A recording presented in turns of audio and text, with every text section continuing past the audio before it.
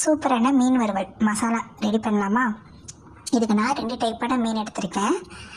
இதில் பாதி குழம்புக்கும் பாதி வறுவலுக்கும் பிரித்து எடுத்துக்கிட்டாச்சு. நம்ம இப்போ வறுவலுக்கு தான் மசாலா ரெடி பண்ண போகிறோம். இந்த மீனுக்கு தேவையான அளவுக்கு உப்பு சேர்த்துக்கலாம். 1/2 ஸ்பூன் மஞ்சத்தூள், 1/2 ஸ்பூன் மிளகாய்த்தூள் சேர்த்துட்டு இப்போ நம்ம வீட்டிலையே மசாலா ரெடி பண்ண போகிறோம். இதுக்கு பெரிய ஸ்பூனில் 1 ஸ்பூன் சோம்பு சேர்த்துக்கலாம், 1/4 ஸ்பூன் ஜீரகம், 1/4 ஸ்பூன் மிளகு சேர்த்து ஒரு மிக்ஸி ஜாரில் மாற்றி இதை பொடியாக நுணுக்கி எடுத்துக்கலாம். நம்ம நுணுக்கணும்ல, அதிலேயே 5 பூண்டு, 1 தக்காளி கட் பண்ணி போட்டு ஒரு பேஸ்ட்டு மாதிரி அரைச்சி எடுத்துக்கலாம். அந்த பேஸ்ட்டை நம்ம மீன் வச்சுருக்கோம்ல, அந்த மீனில் சேர்த்து இந்த மசாலாவையும் சேர்த்துக்கலாம்.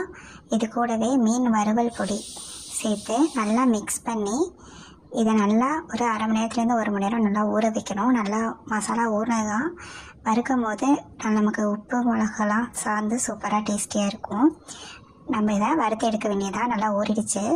ஒரு கடாயில் போட்டு 2 பக்கமும் திருப்பி நல்லா கிறிஸ்பியாக வறுத்து எடுத்தால் சூப்பரான சுவையான மீன் வறுவல் தயார்.